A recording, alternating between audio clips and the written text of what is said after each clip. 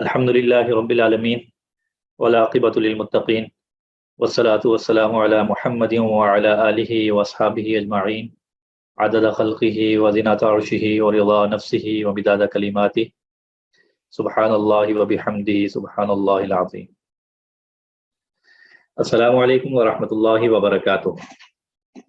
الحمدللہ آج leadership in education and دعویٰ کا 10واں سیشن ہے اور تقریباً 2 ماہ ہونے کو ہیں کہ ہم نے مل کر ایک سفر کا آغاز کیا تھا اور الحمدللہ رفتہ رفتہ ہم آگے بڑھتے چلے جا رہے ہیں، اور اس وقت جو موضوعات آپ کے سامنے آ چکے ہیں اس میں فاؤنڈیشن آف ایجوکیشن یعنی تعلیم کی بنیادیں اور رسول اللہ صلی اللہ علیہ وسلم کا طریقہ تدریس اور تعلیم کا تاریخی پس منظر، بنیادی طور پر یہ 3 موضوعات آپ احباب کے سامنے آ چکے ہیں۔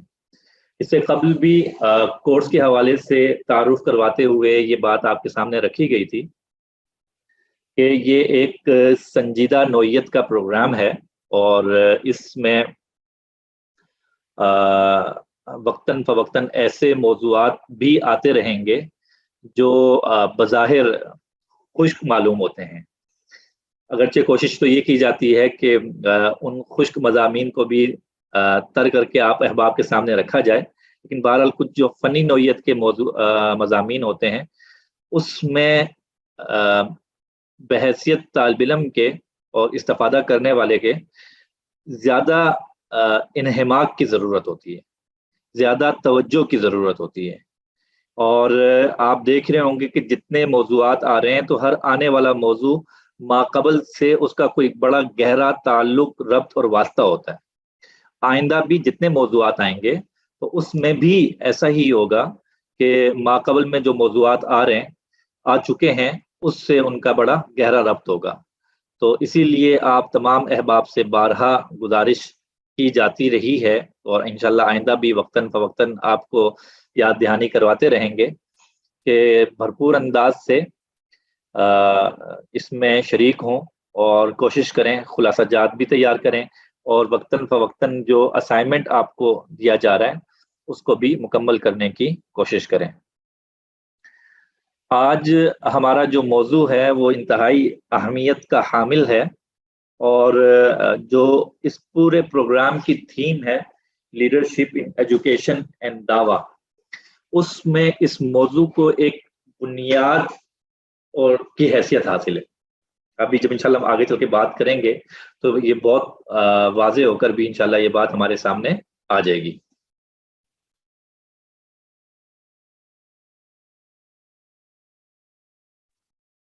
اچھا، آگے چلنے سے قبل جی وقاص صاحب، یہ حاضری والا سلسلہ پورا ہو گیا یا دوبارہ سے یاد دہانی کروا دوں؟ جنہوں نے حاضری نہیں لگائی وہ کلاس کے بعد لگا دیں۔ اچھا، تو جن احباب نے اب تک حاضری نہیں لگائی تھی تو اب وہ درسگاہ میں تشریف لے آئے ہیں، تھوڑی دیر کے لیے حاضری اور دیگر کاموں سے رک جائیں، کلاس کے آخر میں اپنی حاضری لگا دیجیے گا۔ ہم چلتے ہیں آج کے موضوع کی طرف۔ میں اسکرین شیئر کر دیتا ہوں۔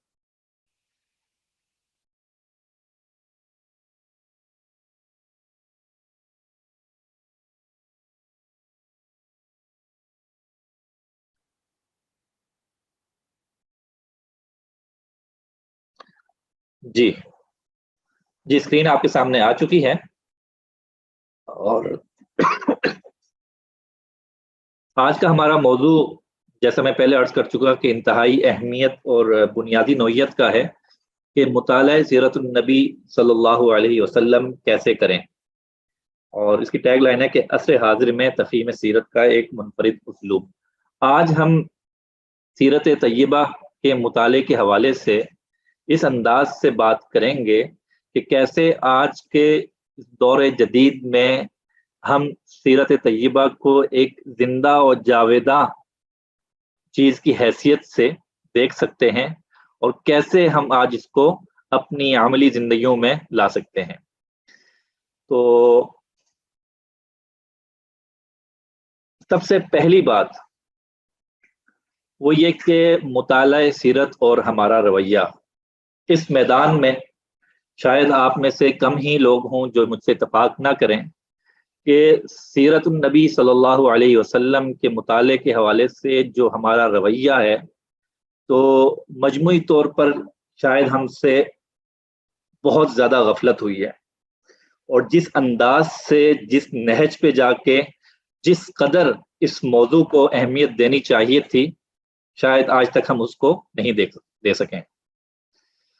آگے بڑھنے سے پہلے یہاں پہ ہم ایک دو سوالات کر لیتے ہیں تو کچھ چیزیں، کچھ ڈیٹا ہمارے سامنے آ جائے گا۔ وقاص صاحب سوال لکھ لیں گے؟ جی جی جی، تو یہیں پہ ہوگا یا ہم وہاں ویب سائٹ پہ جائیں گے؟ یہیں پر ہوگا۔ اچھا، سوالات ابھی آپ کے سامنے آ جاتے ہیں۔ پہلا سوال یہ ہے کہ ہم نے سیرت النبی صلی اللہ علیہ وسلم کی کتنی کتب پڑھ رکھی ہیں، اور کتب پڑھ رکھنے سے مراد یہ ہے کہ ایک مکمل کتاب ہم نے پڑھی ہو۔ تو ابھی سوال آپ کے سامنے آ جاتا ہے اور آپ احباب نے یہاں پہ اس کا جواب لکھنا ہوگا کہ کتنی کتابیں اگر پڑھی ہیں تو ان کی تعداد بتا دیں، اور اگر نہیں پڑھی تو یہ بتا دیجئے کہ نہیں چیٹ باکس میں نہیں لکھنا، بلکہ یہ 1 منٹ، جی جی یہ سلائڈ دوسری شو ہو رہی ہے، اس کو میں تبدیل کرتا ہوں۔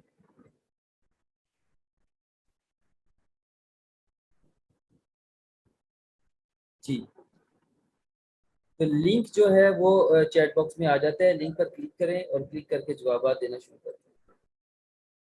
جی، چیٹ باکس میں لنک آ گیا آپ کے، اس لنک پر کلک کریں گے تو ونڈو سامنے کھل جائے گی، اور وہاں پہ آپ اپنا جواب تحریر کریں گے کہ کیا آپ سیرت النبی صلی اللہ علیہ وسلم پر کوئی کتاب مطالعہ کر چکے ہیں، اگر ہاں تو کتنی۔ لنک دے دیا جی، یہ چیٹ باکس میں آ چکا ہے لنک۔ جی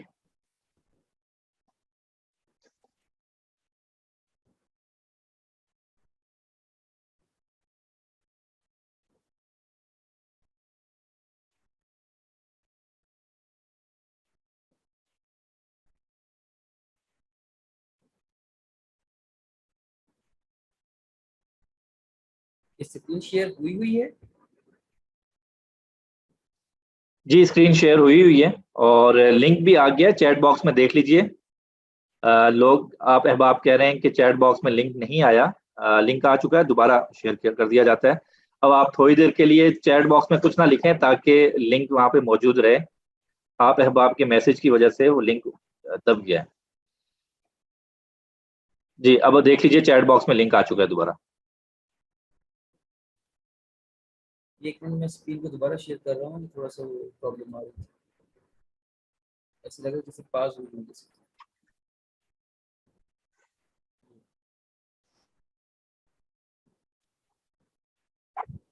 جی جی، لنک آ گیا ہے، وہاں پہ تعداد لکھیے کہ آپ نے کتنی کتابیں پڑھی ہیں۔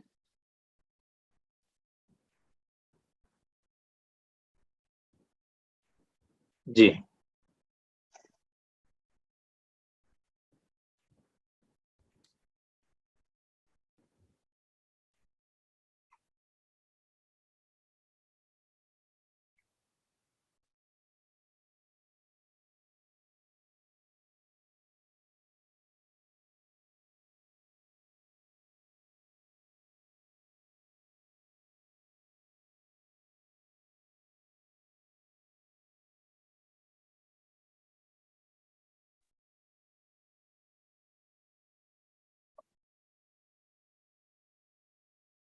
جی احباب، جلدی سے اپنے جوابات دیجیے تاکہ آگے بڑھ سکیں، ابھی تک صرف 2 لوگوں نے جوابات دیے ہیں۔ چیٹ باکس میں لنک موجود ہے۔ مولانا آپ کے پاس اسکرین اپڈیٹ نہیں ہو رہی؟ نہیں، میرے پاس نہیں ہو رہی اپڈیٹ۔ ذرا ریفریش کر لیں، یا تو 33 لوگ جواب دے چکے ہیں۔ اچھا، میں لیو کر کے واپس آ جاؤں؟ چلیں ایسا کر لیں۔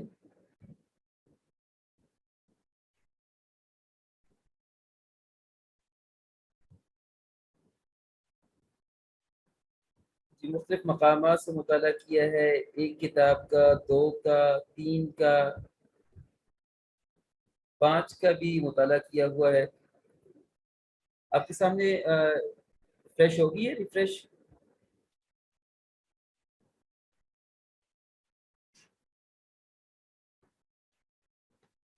تین سے زائد مختلف مقامات سے مطالعہ کیا ہے، مکمل کوئی کتاب نہیں دیکھی، ایک پڑھی ہے، اونلی ون.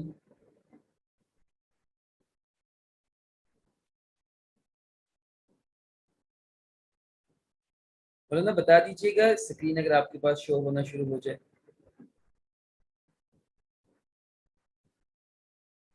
موبائل پہ اوپن کر لیجیے، وہاں پر نظر آ رہی ہو.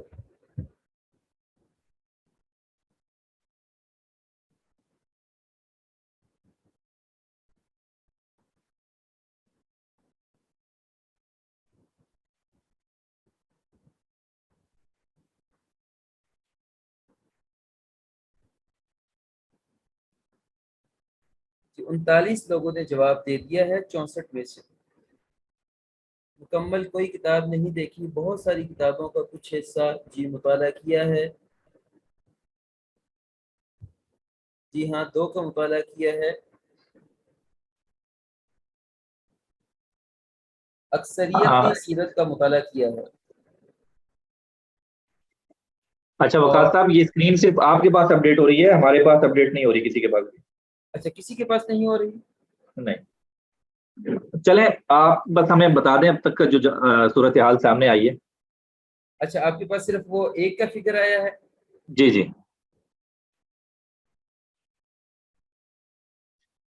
چلیں جی، اب تک کی صورتحال یہ ہے کہ 41 لوگوں نے جواب دیا ہے، ان میں سے اکثریت جو ہے انہوں نے کوئی نہ کوئی کتاب پڑھی ہے سیرت کے حوالے سے. اس میں سب سے زیادہ تعداد جو ہے وہ 1 اور 2 کی ہے، اور کافی سارے حضرات نے 3 کتابیں پڑھ رکھی ہیں، اسی طرح 4 بھی ہیں، 5 تک بھی پڑھ رکھی ہے. جی ٹھیک ہو گیا. ٹھیک ہو اچھا گیا. اب دوسرا سوال ہم نے یہاں پہ کرنا ہے کہ کون سی کتب پڑھ رکھی ہیں. جی میں وہ اس کو اگر آپ نا اس کو دوبارہ وہ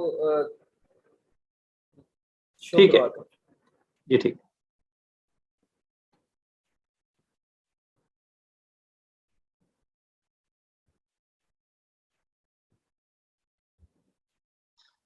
اب میرا خیال شو جی ہو رہی ہوگی. جی اب شو ہو گیا.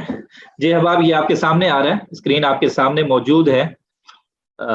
جو نمبر جس قدر بڑا لکھا ہوا ہے اس کا مطلب یہ ہے کہ اتنے زیادہ جواب اس کے آئے ہیں. آپ دیکھ رہے ہوں گے کہ 1 اردو میں بھی لکھا ہوا ہے اور نمبرز میں بھی لکھا ہوا ہے، اور وہ کمپیریٹیولی بڑا لکھا ہوا ہے. اور اسی طرح جو 2 لکھا ہوا ہے وہ بھی خاصا نمایاں ہے. اور اس کے علاوہ 2 کتابیں 2 جی مطالعہ کیا ہے، یس نہیں الحمدللہ 4 5 3. ٹھیک ہے جی. اوقاص صاحب اگلا سوال اگر یہاں پہ آ جائے کہ کون سی کتابیں پڑھی ہیں. جی میں وہ شو کرواتا ہوں.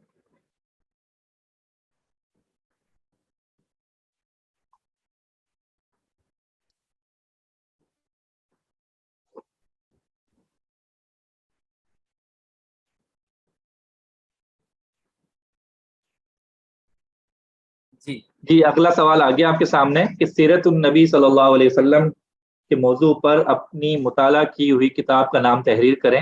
اس کا لنک آپ کے چیٹ باکس میں شیئر کیا جا رہا ہے. اور یہ خاص صاحب شیئر ہو گیا. جی وہی لنک ہے سیم. اچھا وہی لنک ہے. جی ٹھیک ہے. جی جی لکھتے جائیے، جلدی جلدی جوابات لکھتے جائیے. سیرت طیبہ مولانا ادریس کاندلوی. سیرت مصطفیٰ ہے جی اس کتاب کا نام، مولانا ادریس کاندلوی رحمۃ اللہ علیہ کی کتاب سیرت مصطفیٰ. الرحیق المختوم، سیرت مصطفیٰ، سیرت رسول، سیرت طیبہ، سیرت مصطفیٰ. سیرت النبی قدم بقدم عبداللہ فارانی صاحب. اور اسوہ رسول اکرم صلی اللہ علیہ وسلم ڈاکٹر عبدالحی عارفی رحمۃ اللہ علیہ کی کتاب ہے. اور سیرت انبیاء کرام، میرے خیال سے وہ مفتی شفیع اسماعیل صاحب رحمۃ اللہ علیہ کی جو کتابچہ ہے اس کی بات ہو رہی ہوگی. ذکر رسول اور سیرت مصطفیٰ اسوہ حسنہ مکمل. جی. محمد عربی صلی اللہ علیہ وسلم، سیرت ابن ہشام اور مولانا ادریس کاندھلوی کی سیرت مصطفیٰ. اور جی دور حدیث میں ساری کتب آپ صلی اللہ علیہ وسلم کی سیرت پر ہی ہیں. جی یاد رکھیے گا کہ سیرت ایک الگ فن ہے. ہم جو وہاں پہ احادیث مبارکہ پڑھتے ہیں تو فنی اعتبار سے دو مختلف چیزیں ہیں.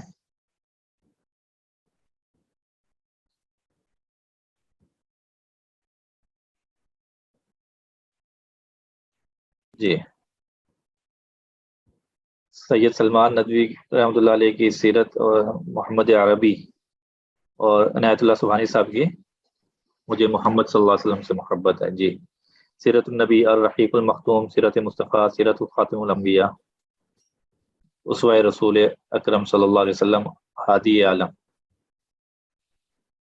جی ٹھیک ہو گیا. 28 لوگ جواب دے چکے ہیں اور ابھی تک جو سب سے زیادہ پڑھی گئی کتب ہیں اس میں سیرت مصطفیٰ ہے اور الرحیق المختوم ہے. یہ دو کتابیں ایسی ہیں جو زیادہ لوگوں نے پڑھ رکھی ہیں. اللہ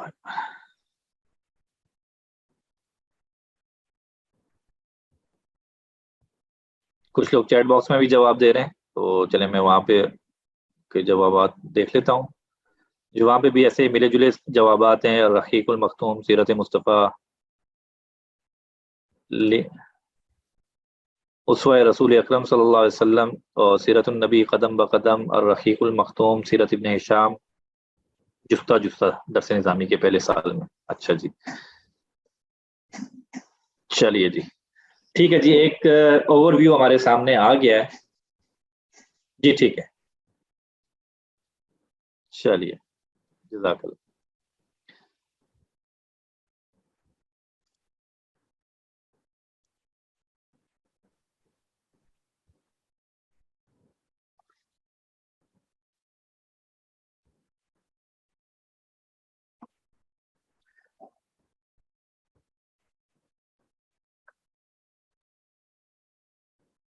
جی ہم بڑھتے ہیں اپنے موضوع کی طرف جہاں سے ہم نے بات کا آغاز کیا تھا کہ مطالعہ سیرت اور ہمارا رویہ.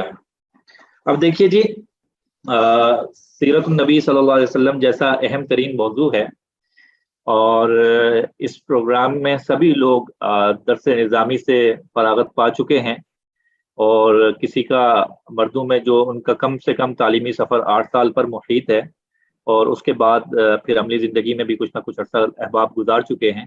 اسی طرح خواتین میں 6 سال 4 سال کا کم از کم کا عرصہ ہے اور پھر اس کے بعد بھی عرصہ گزر چکا. سوال اپنے آپ سے کرنے کا ہے کہ گزشتہ شعوری زندگی میں کتنے سال ہم گزار چکے اور ان گزرے ماہ و سال میں ہم نے کتنی کتب سیرت پڑھ رکھی ہیں. یاد رکھیے کہ ہماری یہ مجلس خاص مجلس ہے. اس میں تمام وہ لوگ شامل ہیں جو دین سے وابستہ لوگ ہیں اور دینی علوم کی جو سب سے بڑی ڈگری ہے درس نظامی اس کے حامل لوگ ہیں. تو یہاں پہ ہمیں جواب مل رہا ہے کہ 1 سے لے کے 5-6 تک کی کتابیں ہیں اور وہ کتب بھی اردو کتب ہیں اور وہ ہم نے پڑھ رکھی ہیں. جی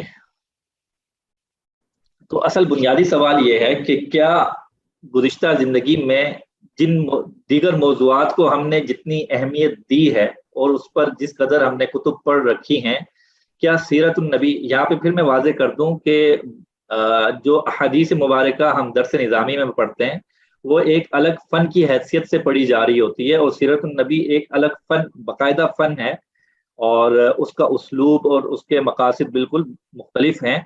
تو یہاں پہ سیرت سے مراد سیرت النبی ہے، وہ احادیث مبارکہ نہیں ہے، وہ کتب احادیث مبارکہ نہیں ہے جو ہمارے نصاب کا حصہ ہے. تو سوال اپنے آپ سے کرنے کا ہے کہ کیا جو دیگر فنون کو ہم نے اہمیت اور وقت دی ہے، کیا ہم اس فن کو دے سکے ہیں؟ اس کا جواب اپنے تک ہی رکھیں، لیکن ضرور اپنے آپ سے یہ سوال ضرور کیجئے کہ کیا یہ موضوع جس قدر اہمیت کا حامل تھا اور جس قدر ہمیں اسے اہمیت دینی چاہیے تھی، جس قدر اس پر وقت صرف کرنا چاہیے تھا، ہم میں اس وقت 65 لوگ موجود ہیں اور سیرت طیبہ کی امہات الکتب میں سے شاید ہم میں سے بہت کم لوگ ہوں جنہوں نے ان کا مطالعہ کر رکھا ہو۔ خیر، تو آج اس موضوع کے انتخاب کا جو بنیادی مقصد ہے وہ یہ کہ دیکھیے، جب ہم فن تعلیم کی بات کرتے ہیں اور اسلامی تناظر میں کرتے ہیں تو فن تعلیم اس وقت تک مکمل اس پر بحث نہیں کی جا سکتی جب تک کہ سیرت طیبہ کا پورا موضوع اور رسول اللہ صلی اللہ علیہ وسلم کی مکمل حیات طیبہ ہمارے سامنے نہ آ جائے۔ بحیثیت استاد کے جو رسول اللہ صلی اللہ علیہ وسلم کا طریقہ تدریس ہے اس پر گزشتہ 4 سیشن تقریباً حضرت مولانا اوقاف سعید صاحب نے پڑھائے ہیں اور ایک بڑی عمدگی کے ساتھ ایک خلاصہ اور اہم نکات ہمارے سامنے آ گئے ہیں کہ رسول اللہ صلی اللہ علیہ وسلم کیا طریقہ اختیار کیا کرتے تھے۔ لیکن یاد رکھیے کہ پوری سیرت طیبہ کو سامنے رکھیں تو یہ تو آپ کو ایک بہت بڑے کل کا ایک چھوٹا سا حصہ آپ کے سامنے رکھا گیا ہے اور کچھ اسلوب آپ کے سامنے رکھے گئے ہیں تاکہ آئندہ جب روایات یا سیرت کا کوئی واقعہ ہمارے سامنے آئے تو ہم اس سے اس طرح سے مسائل اخذ کر سکیں اور اس طرح سے اس کو دیکھ سکیں۔ آج کے اس موضوع میں ہم اس کو ذرا مزید اسی موضوع پر بات کرتے ہوئے آگے بڑھیں گے کہ آخر ہم سیرت طیبہ کا مطالعہ کس انداز سے کریں کہ اس سے ہم عملی طور پر اپنی زندگی میں فائدہ بھی اٹھا سکیں۔ اگلا سوال جو اچھا دیکھیے، اللہ تعالیٰ کا ارشاد گرامی ہے لقد کان لکم فی رسول اللہ اسوۃ حسنہ۔ اب رسول اللہ صلی اللہ علیہ وسلم کی حیات مبارکہ میں آپ صلی اللہ علیہ وسلم کی زندگی مسلمانوں کے لیے بہترین نمونہ ہے، اسوہ حسنہ ہے۔ لقد کان لکم فی رسول اللہ اسوۃ حسنۃ لمن کان یرجو اللہ والیوم الآخر۔ سوال یہ پیدا ہوتا ہے کہ جب ہم یہ کہہ دیا گیا کہ رسول اللہ صلی اللہ علیہ وسلم کی حیات مبارکہ ایک بہترین اسوہ حسنہ ہے مسلمانوں کے لیے، ان لوگوں کے لیے جو اللہ پر اور روز آخرت پر یقین رکھتے ہیں، تو زندگی کے کن کن شعبوں میں اسوہ حسنہ ہے؟ سوال یہ پیدا ہوتا ہے کہ کن کن شعبوں میں اسوہ حسنہ ہے، اور دوسرا سوال یہ پیدا ہوتا ہے کہ کس کس دور کے لیے رسول اللہ صلی اللہ علیہ وسلم کی حیات مبارکہ مسلمانوں کے لیے اسوہ حسنہ ہے۔ جی اچھا، اسی روایت اس آیت کو ایک سوال کے ساتھ جوڑ لیجئے، پھر ہم آگے چلیں گے۔ وہ یہ کہ کیا دور جدید میں اسوہ حسنہ پر عمل ممکن ہے؟ ایک جدید ذہن کا سوال میں یہ سوال اٹھ سکتا ہے کہ میاں آپ جو بات کر رہے ہیں کہ آج سے 1450 برس پہلے کے جو طور طریقے تھے، تو آج کی دنیا تو بالکل اس سے مختلف ہے، آج کا سوشو اکنامک سسٹم مختلف ہے، آج کے مسلمانوں کی انسانوں کی ضروریات مختلف ہیں، ان کا بود و باش مختلف ہے، ان کا طرز زندگی مختلف ہے، ان کے زندگی کے چیلنجز مختلف ہیں۔ تو پھر کیا وجہ ہے کہ آپ یہ کہہ رہے ہیں کہ آج سے 1450 برس پہلے کے طور طریقے اختیار کیے جائیں؟ یہ تو بالکل بھی ممکن نہیں ہے۔ یا تو ہم دور جدید کی تہذیب کو سامنے رکھ سکتے ہیں، مطلب اس دور کے جو ضرورت اور تقاضے ہیں ان کو سامنے رکھتے ہوئے زندگی گزار سکتے ہیں، یا پھر ہم آج سے 1450 برس پیچھے چلے جائیں اور اس طرح کی زندگی گزاریں۔ جی تو یہ سوال اگر ہے تو پھر اس کا جواب کیا ممکن ہوگا؟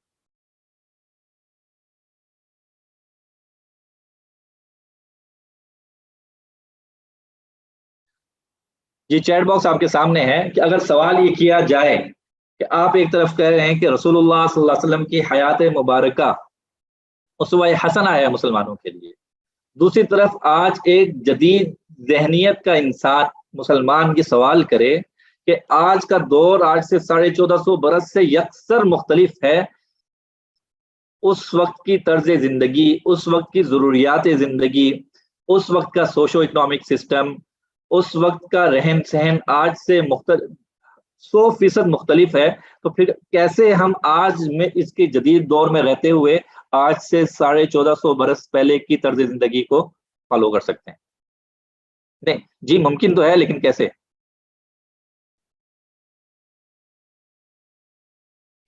آج دنیا مادہ پرستی سے تنگ آ کر روحانی سکون کی تلاش میں ہے، اور اس کا واحد حل رسول اللہ صلی اللہ علیہ وسلم کی پیروی ہے۔ میں تھوڑا سا اپنا سوال شاید واضح نہیں کر پایا۔ سوال یہ ہو سکتا ہے کہ آج دیکھیے کہ آج کا جو تمدن ہے، جو تہذیب ہے، جو ثقافت ہے، جو ہمارا ضروریات زندگی ہیں، جو ہمارا معاشی نظام ہے، جو ہمارا تہذیبی نظام ہے، وہ 1400 سال پہلے سے تو بالکل مختلف ہے۔ تو پھر کیسے ہو سکتا ہے کہ جو کچھ آج سے 1450 برس پہلے ہوا تھا آج ہم کر لیں؟ یا تو ہم پھر سبھی کچھ ویسا کر لیتے ہیں اور اسی طرح کی زندگی گزارتے ہیں، پھر تو ٹھیک ہے۔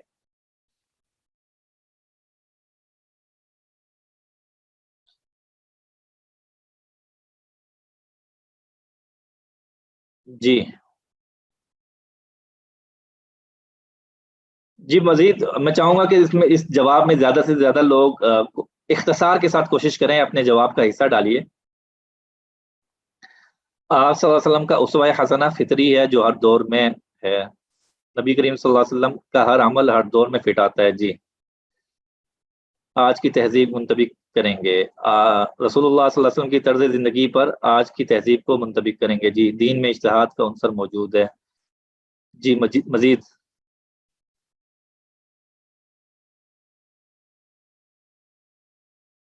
آپ علیہ السلام قیامت تک کے نبی ہیں اور قیامت تک قابل عمل ہے۔ جی دیکھیے اس میں کوئی شک نہیں ہے کہ رسول اللہ صلی اللہ علیہ وسلم کی حیات مبارکہ قیامت تک کے آنے والے انسانوں کے لیے اسوہ حسنہ ہے۔ بات یہ ہے کہ آج کے جدید دور میں جدید تعلیم یافتہ نوجوانوں کو ہم نے کس طرح سے اس پر ابھارنا ہے، یا سیرت کو کس طرح سے ان کے سامنے رکھنا ہے کہ ان کو لگے یار کہ آج بھی یہ سب کچھ ہو سکتا ہے۔ اس کے لیے ضروری ہے کہ ہم ایک بنیادی سوال پر چلے جائیں، وہ یہ کہ اسوہ حسنہ ہے کیا؟ وہ جو کہا گیا کہ لقد کان لکم فی رسول اللہ اسوۃ حسنہ، تو وہ اسوہ حسنہ ہے کیا؟ سب سے پہلے تو یہ بیان کرنا بڑا ضروری ہے کہ کس چیز کو اسوہ حسنہ کہا گیا ہے۔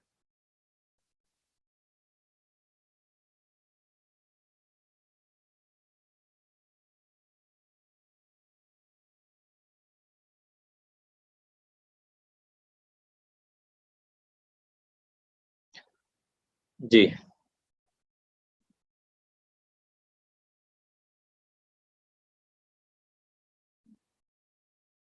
جی سوال یہ اٹھے گا کہ جو کہا گیا کہ لقد کان لکم فی رسول اللہ اسوۃ حسنہ، وہ اسوہ حسنہ ہے کیا؟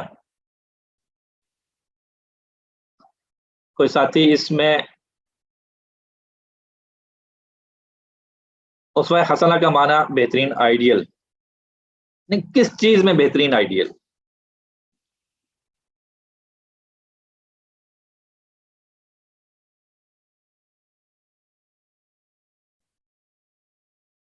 چلیں اب یہاں سے آگے ہم اس بات کو بڑھاتے ہیں انشاءاللہ۔ آگے تو اگلے 15-20 منٹ ہم بات کریں گے تو مزید یہ بات کھل کر واضح ہو جائے گی۔ یاد رکھیے گا ابھی جو ہم نے سوال اٹھائے ہیں، دیکھیے ہم ایک طویل تعلیمی علمی دینی پس منظر رکھتے ہیں۔ ہماری زندگیوں کا آدھا حصہ الحمدللہ مدارس سے وابستگی اور رسول اللہ صلی اللہ علیہ وسلم کے اقوال سنتے ہوئے اور قرآن کریم کی آیات مبارکہ سنتے پڑھتے ہوئے گزری ہے۔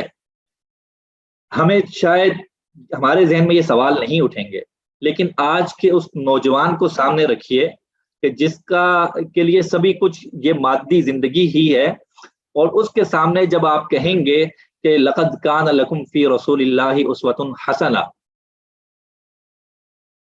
تو اس کے ذہن میں یہ سوال اٹھ سکتا ہے کہ یہ کیا بات ہے۔ امید ہے کہ میرا سوال واضح ہو گیا ہوگا۔ اب ہم یہاں سے آگے بڑھتے ہیں اور دیکھیے اسوہ حسنہ کس چیز کو قرار دیا گیا ہے، اس کو بیان کرنا بڑا ضروری ہے۔ مسئلہ یہ ہے کہ ہم عوامی سطح پر رسول اللہ صلی اللہ علیہ وسلم کی حیات مبارکہ کے چند محدود گوشوں کو عوام کے سامنے لانے میں کامیاب ہوئے ہیں۔ چند ظاہری اعمال کو سنت کی حیثیت سے عوام کے دل و دماغ میں الحمدللہ ہم بٹھانے میں کامیاب ہوئے ہیں، لیکن سیرت طیبہ کا ایک مکمل تصور وہ شاید اس طرح سے عوام کے سامنے نہیں آ سکا جس طرح سے آنا چاہیے تھا۔ یاد رکھیے کہ محض چند ظاہری افعال اسوہ حسنہ کا احاطہ نہیں کرتے ہیں۔ رسول اللہ صلی اللہ علیہ وسلم سے سرزد ہوا ایک عمل، اس کو اپنا لینا، یہ کائنات اس کی وقت کو بیان نہیں کر سکتا۔ کوئی ایک چھوٹے سے چھوٹا عمل جو رسول اللہ صلی اللہ علیہ وسلم نے اختیار کیا ہے، اگر آج میں اس کو اختیار کر لیتا ہوں تو یہ دنیا مافیہا سے کہیں بڑھ کر ہے۔ لیکن بات یہ ہو رہی ہے کہ سیرت طیبہ کے وسیع مفہوم کو سامنے رکھتے ہوئے چند ظاہری اعمال کو سنت کی حیثیت سے عوام کے سامنے تو پیش کر دیا گیا، لیکن کیا رسول اللہ صلی اللہ علیہ وسلم کی حیات مبارکہ کے تمام تر گوشے ہم عوام میں اس طور پر رکھنے میں کامیاب ہوئے ہیں کہ وہ ان کو لگے کہ سیرت طیبہ آج ایک زندہ اور جاویداں چیز ہے، اور آج بھی ہم اس تمام تر تہذیبی ترقی کے باوجود رسول اللہ صلی اللہ علیہ وسلم کی حیات مبارکہ پر عمل کر سکتے ہیں؟ آج کی بود و باش کو اختیار کرتے ہوئے، آج کے تہذیب و تمدن سے استفادہ کرتے ہوئے، یہ سب کچھ کرتے ہوئے ہم رسول اللہ صلی اللہ علیہ وسلم کی حیات مبارکہ پر عمل کر سکتے ہیں، آپ کی سیرت پر چل سکتے ہیں؟ کیا اس طرح سے ہم سیرت طیبہ عوام میں پہنچانے میں کامیاب ہوئے ہیں؟ اس کا جواب خود کو دیجیے۔ کچھ سوال آج ہم اٹھائیں گے، یہ سوال خود سے کرنے کی ضرورت ہے۔ تو یاد رکھیے کہ محض چند ظاہری اعمال تک محدود نہیں رہنا ہے، بلکہ ہم نے ان اصولی رویوں کو، رسول اللہ صلی اللہ علیہ وسلم کے ان اصولی رویوں کو بھی سمجھنا ہے جس کی بنیاد پر اعمال اور افعال وقوع پذیر ہوتے ہیں۔ آپ آگے چل کے ہم بیان کریں گے اس میں کہ رسول اللہ صلی اللہ علیہ وسلم کے کون کون سے رویے ہیں جو آج ہم بھلا بیٹھے ہیں۔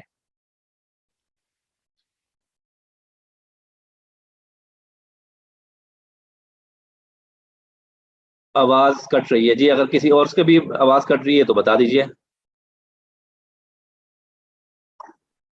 آواز ٹھیک ہے جی، ٹھیک ہے جی۔ تو یاد رکھیے کہ اب تک کی جو گفتگو ہوئی اس کا خلاصہ اور لب لباب یہی ہے کہ رسول اللہ صلی اللہ علیہ وسلم کی حیات مبارکہ کا کوئی ایک پہلو بھی ایسا نہیں ہونا چاہیے جو پوری طرح واضح ہو کر شفاف اس طرح سے عوام کے سامنے نہ آ جائے جیسے کہ دوپہر کے وقت چڑھتا سورج واضح ہوتا ہے۔ اس طرح سے رسول اللہ صلی اللہ علیہ وسلم کی حیات مبارکہ کا ایک ایک پہلو ہمیں عوام کے سامنے اس انداز سے رکھنا ہے کہ وہ بالکل واضح ہو کر ان کے سامنے آ جائے، اور سیرت کو اس انداز سے پیش کرنا ہے، سیرت کو اس انداز سے پیش کرنا ہے کہ جب سیرت ان کے سامنے آئے تو ان کو عمل کی ترغیب ہو، اور ان کے ذہن میں یہ سوال نہ اٹھے کہ آج کے اس جدید دور میں رہتے ہوئے ان چیزوں پر کیسے عمل کیا جا سکتا ہے۔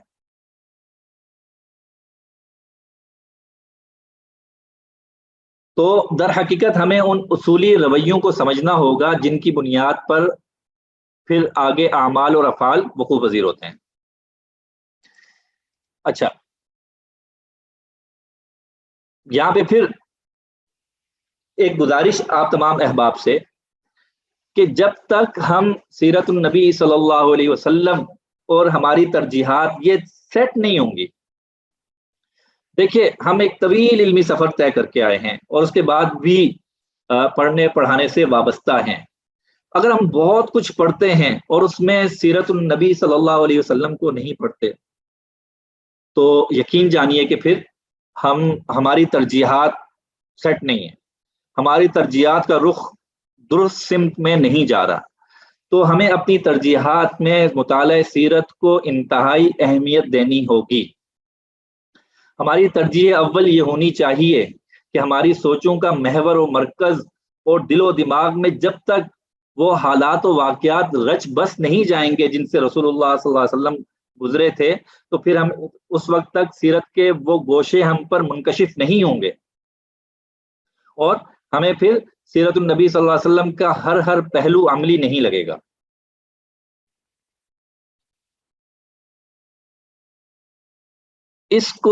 اس مقصد کے لیے ہم نے سیرت النبی صلی اللہ علیہ وسلم کا ایک خاص اسلوب سے مطالعہ تجویز کرتے ہیں کہ اگر ہم اس انداز سے سیرت کو پڑھنے کی کوشش کریں وہ یہ، اور اس کا بنیادی مقصد میں پہلے عرض کر دوں کہ لوگوں میں سیرت اجاگر کرنا اور سیرت النبی صلی اللہ علیہ وسلم کے تمام پہلوؤں کو ان تک پہنچانا یہ ثانوی حیثیت رکھے گا.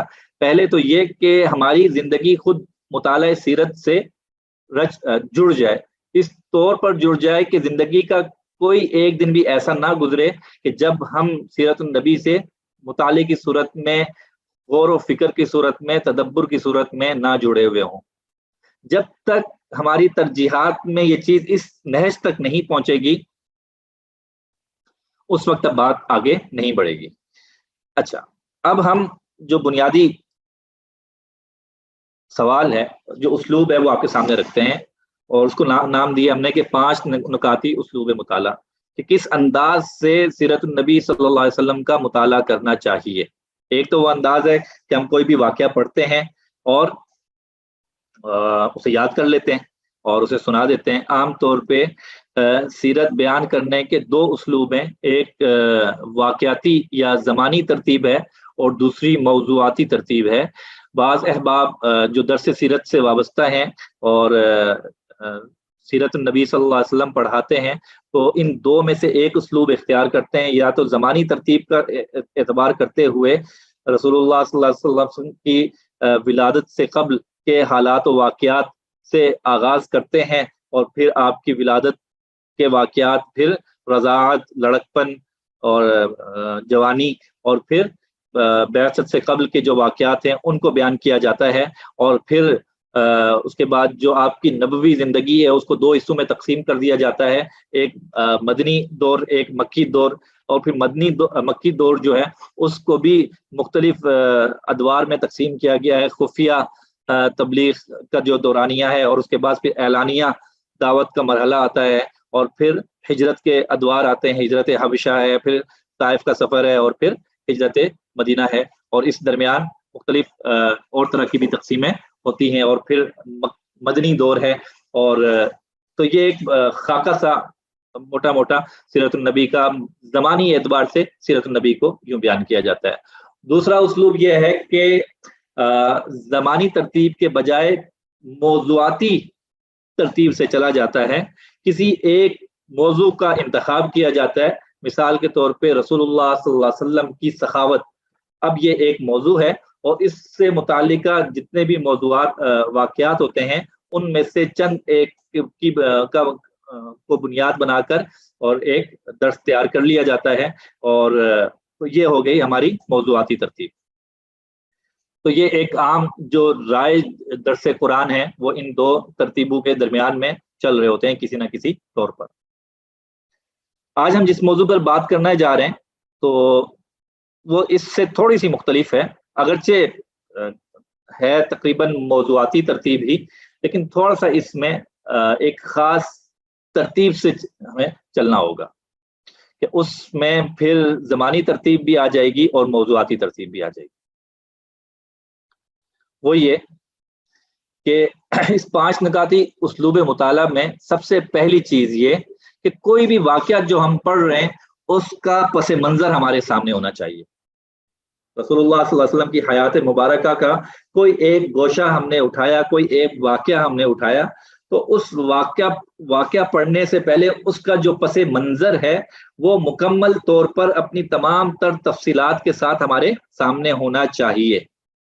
ہم یہ بات کر رہے تھے کہ مطالعہ سیرت کو کس انداز سے کیا جائے، کہ اس انداز سے کیا جائے کہ وہ 1450 برس کا دور ہم چشم تصور سے دیکھ سکیں اور سیرت کو اس دور میں جا کے سمجھنے کی کوشش کر سکیں. تو اس کے لیے ضروری ہوگا کہ ہم پھر جو ایک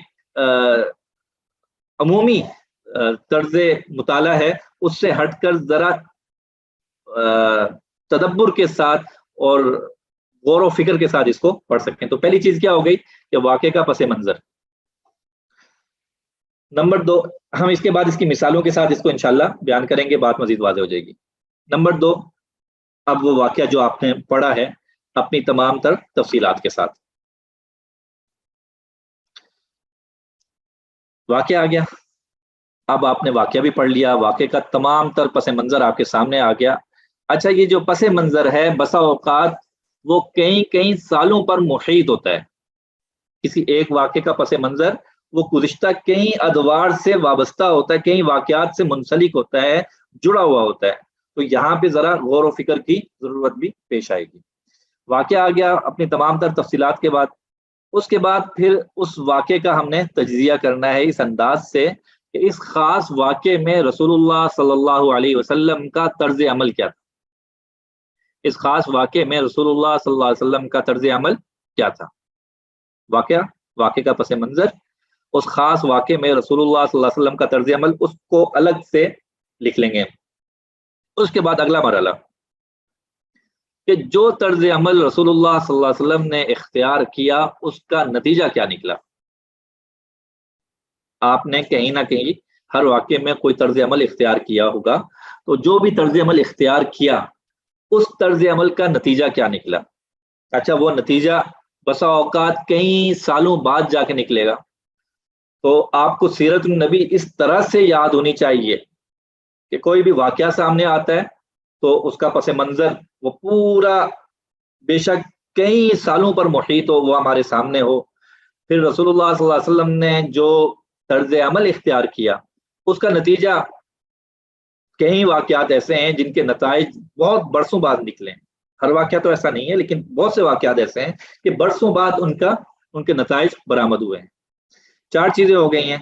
اور نمبر 5 وہ اہم ترین نقطہ ہے جس کی وجہ سے یہ پہلے 4 نکات ہم نے رکھے ہیں اور یہ جو ساری کاوش کی ہے وہ ہے، اور وہ یہ ہے کہ اس خاص واقعے میں میرے لیے کیا عملی پہلو ہے.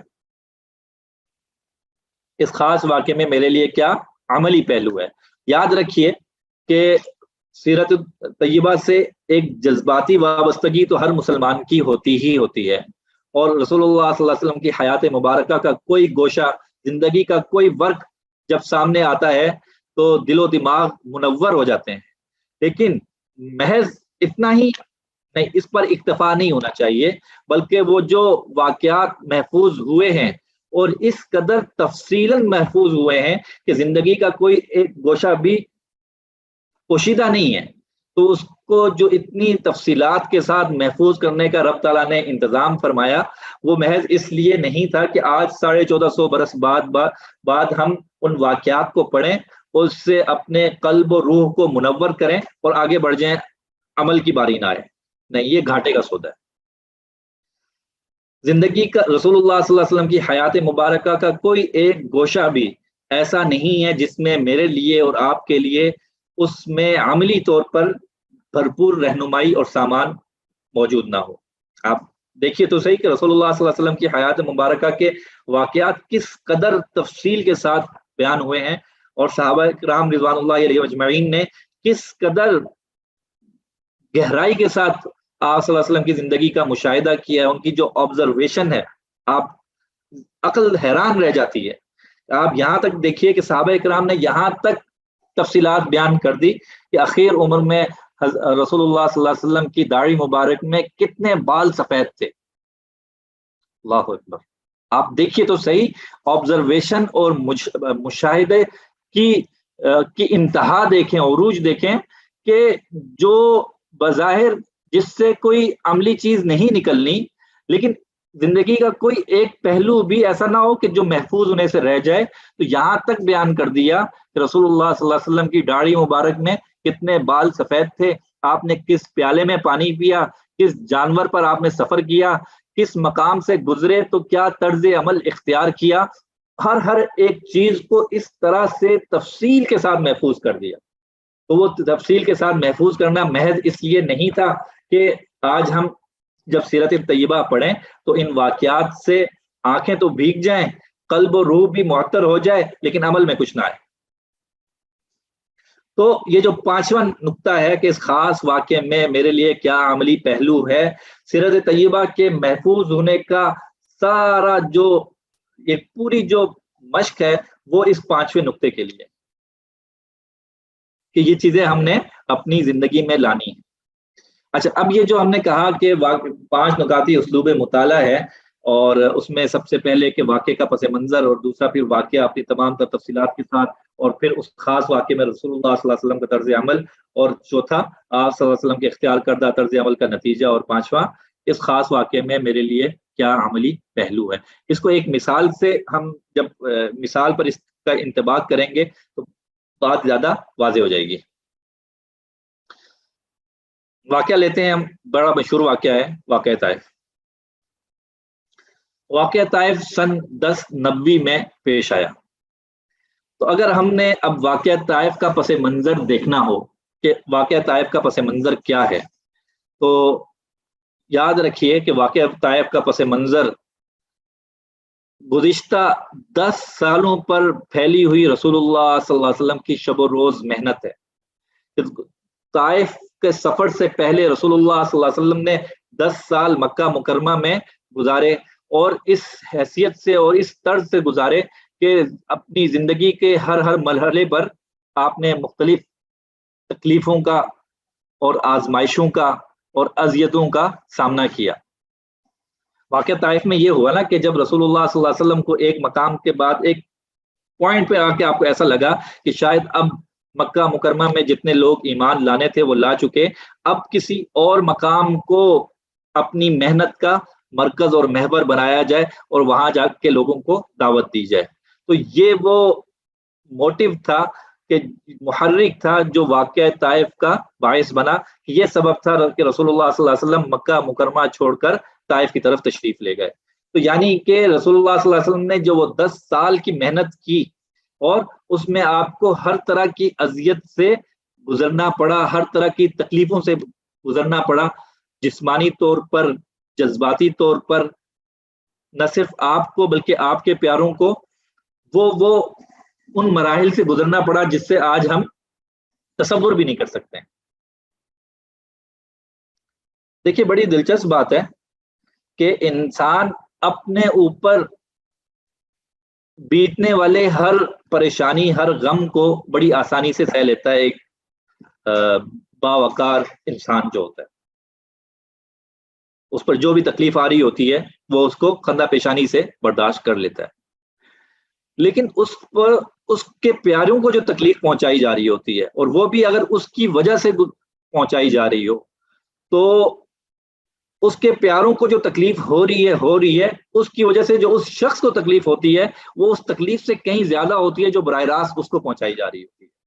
تو ان 10 سالوں میں رسول اللہ صلی اللہ علیہ وسلم کو براہ راست جو تکلیف پہنچائی گئی ہے, کہ یہاں تک روایات میں موجود ہے کہ آپ بیت اللہ میں مطاف میں سجدے میں جاتے ہیں اور بدبخت آپ پر اوجڑی ڈال دیتے ہیں, اور آپ اس غلاظت اور والی گٹھی کے بوجھ تلے دبے ہوئے ہیں, اور آپ پر وہ ڈال دی جاتی ہے. آپ صلی اللہ علیہ وسلم اس کیفیت سے بھی, اس مرحلے سے بھی گزرے. یہ جو ہوا تو ہوا, ذرا اس تکلیف کا, اس اذیت کا اندازہ کیجئے کہ جب بلال پر ظلم و ستم کے پہاڑ توڑے جاتے تھے, بلال پر جو گزرتی تھی اس بلال کی تکلیف رسول اللہ صلی اللہ علیہ وسلم پر کیا پہاڑ توڑتی تھی. اس غم کو, اس تکلیف کی شدت کو پہچاننے کی کوشش کیجیے. حضرت صدیق اکبر پر جو ان کو جو زد و کوب کیا گیا اور مارنے کی کوشش کی گئی، یہاں تک کہ قریب المرگ چھوڑا گیا، وہ جب لہو لہان حضرت صدیق اکبر لائے گئے تو اس وقت رسول اللہ صلی اللہ علیہ وسلم پر ان کی کیا کیفیت تھی. اور پھر جو ابتدائی اسلام میں جو مسلمانوں جو ظلم و ستم توڑے گئے، وہ ایک طویل باب ہے اس کا. تو آپ کو جسمانی طور پر بھی تکلیف پہنچائی گئی، جذباتی طور پر بھی پہنچائی گئی، آپ کو آپ کے پیاروں کو 2.5-3 سال کے لیے ایک گھاٹی میں بند ہونا پڑا، اور اس میں وہ لوگ بھی شامل ہیں جو ایمان نہیں لائے لیکن آپ صلی اللہ علیہ وسلم کے ساتھ کھڑے ہیں. اس میں چھوٹے بچے بھوک کی شدت سے بلک رہے ہیں. وہ سارے مرحلے یاد رکھیں کہ ان سارے واقعات کے بعد رسول اللہ صلی اللہ علیہ وسلم طائف کا سفر فرما رہے ہیں. تو طائف کے سفر کا پس منظر وہ تمام 10 سالہ زندگی کے نشیب و فراز ہیں کہ جس میں تکالیف اور آزمائشوں کی شدت تھی اور عروج تھا. اس کے بعد رسول اللہ صلی اللہ علیہ وسلم اس ارادے سے اور اس امید سے کہ شاید اہل طائف ہی وہ لوگ ہوں کہ جہاں آگے یہ دین مزید آگے پھیلے گا، طائف پہنچ جاتے ہیں. یہ واقعے کا سارا پس منظر ہو گیا. میں نے اشارتاً بات کی ہے، ظاہر ہے کہ ایک طویل پس منظر بن جاتا ہے.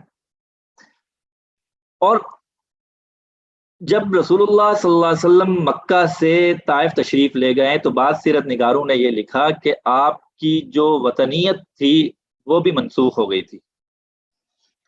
اور دلیل کے طور پہ وہ یہ کہتے ہیں کہ جب رسول اللہ صلی اللہ علیہ وسلم طائف سے واپس تشریف لائے ہیں تو وہ حضرت صدیق اکبر کے ایک دوست کی امان لے کر داخل ہوئے. تو وہ یہ کہتے ہیں کہ وہ آپ صلی اللہ علیہ وسلم جو مکہ مکرمہ سے تشریف لے گئے تھے اور طائف پہنچے اور جب وہاں سے واپس آئے اور امان لے کر آئے تو اس سے یہ پتہ چلتا ہے کہ جب آپ یہاں سے تشریف لے گئے تھے تو آپ نے اپنی شہریت بھی داؤ پر لگا دی تھی، مکہ مکرمہ جیسا شہر. اب آپ سوچئے کہ جب طائف پہنچے ہیں تو رسول اللہ صلی اللہ علیہ وسلم کس امید سے بے شمار مقامات موجود تھے مکہ مکرمہ کے ارد گرد، اس میں سے طائف کا جو انتخاب فرمایا، ظاہر ہے کہ آپ کو ان پر سب سے زیادہ امید تھی تو آپ وہاں پہ تشریف لے گئے. اب وہ طائف کا سارا واقعہ سامنے رکھیں، وہاں پہ جو رونما ہوا کہ جب رسول اللہ صلی اللہ علیہ وسلم ان سرداروں کی مجلس میں تشریف لے گئے تو انہوں نے کیسے سنگین جوابات دیے کہ جن کو آج بھی دہراتے ہوئے زبان لرزتی ہے کہ کس قدر توہین آمیز رویہ اختیار کیا. کوئی عام انسان سامنے نہیں تھا ان کے، مکہ کا سردار ان کے سامنے تھا، نبیوں امام الانبیاء ان کے سامنے تھے، اور انہی کی فلاح و بہبود کے لیے تشریف لائے تھے. ایک کہتا ہے میں تو اس بات کو پسند ہی نہیں کرتا کہ تمہارے جیسے شخص سے بات کی جائے، اور دوسرا اٹھ کے کہتا ہے کہ کیا الیاذ باللہ اللہ کو تمہارے سوا کوئی نہیں ملا تھا. اس طرح کا توہین آمیز رویہ. اور یاد رکھیے گا عربوں کے ہاں عرب کلچر میں مہمانوں کا اکرام ان کی جانوں سے زیادہ عزیز ہوا کرتا تھا. میزبان اپنی جان تو داؤ پر لگا دیتا تھا لیکن کبھی مہمان نوازی میں کوئی فرق نہیں آنے دیتا تھا. اس ماحول میں ان روایات میں رسول اللہ صلی اللہ علیہ وسلم کے ساتھ یہ رویہ اختیار کیا جا رہا ہے کہ اس انداز سے رسول اللہ صلی اللہ علیہ وسلم سے پیش آئے کہ اپنی طرف سے ایک بھرپور توہین کی. اور اسی پر بس نہیں کیا بلکہ پھر اوباشوں کو اور کے حوالے کر دیا آپ کے.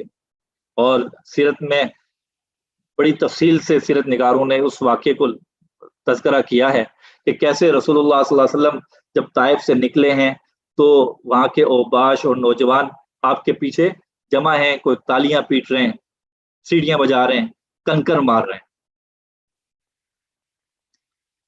کہانی نہیں ہے، حقیقی واقعہ سنایا جا رہا ہے. رسول اللہ صلی اللہ علیہ وسلم اس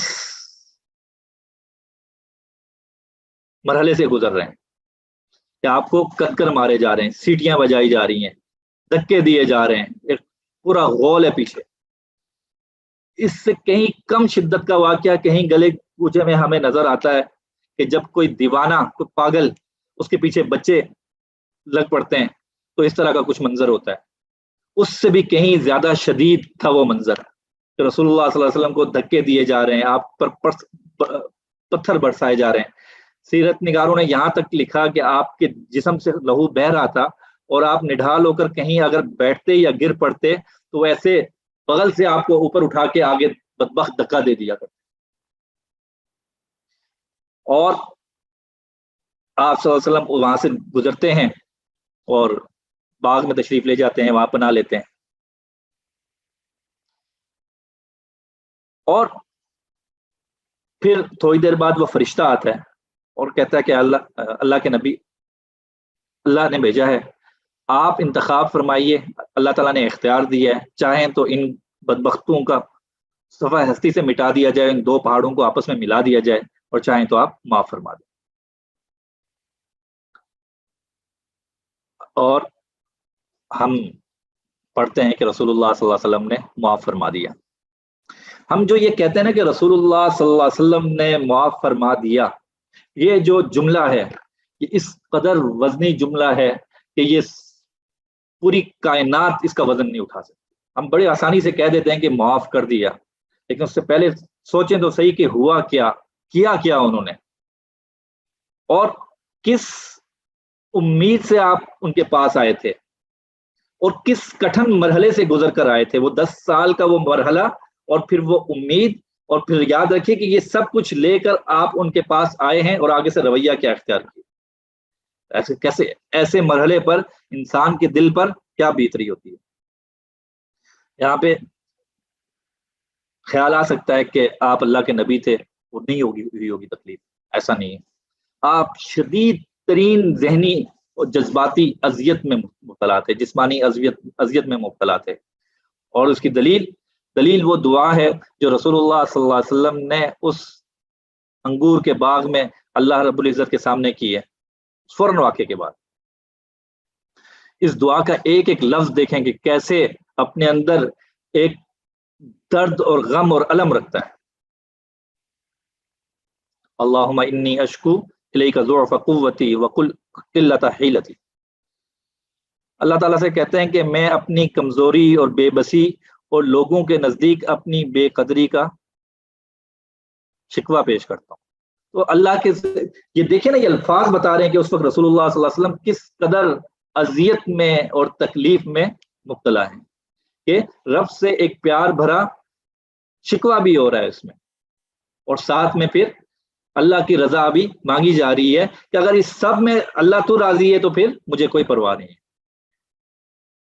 تو ہم جو کہتے ہیں کہ آپ نے معاف فرما دیا، وہ اس کی اگر انٹینسٹی معلوم کرنی ہو کہ وہ کس قدر بھاری جملہ تھا اور کس قدر شدید تھا، وہ کس قدر مشکل تھا وہ جملہ کہنا، تو یہ رسول اللہ صلی اللہ علیہ وسلم کی اس دعا کو سامنے رکھیں کہ اس وقت کیا کیفیت تھی رسول اللہ صلی اللہ علیہ وسلم کی۔ اس وقت کو چھوڑیے، اس واقعے کے کم از کم 5 سال بعد غزوہ احد پیش آتا ہے، اور احد میں رسول اللہ صلی اللہ علیہ وسلم کا چہرہ مبارک زخمی ہوتا ہے، اور اس کے بعد پھر ایک دن حضرت عائشہ پوچھتی ہیں، اما جان پوچھتی ہیں کہ یا رسول اللہ، کیا اس دن سے بھی سخت کوئی آپ کی زندگی میں آیا ہے؟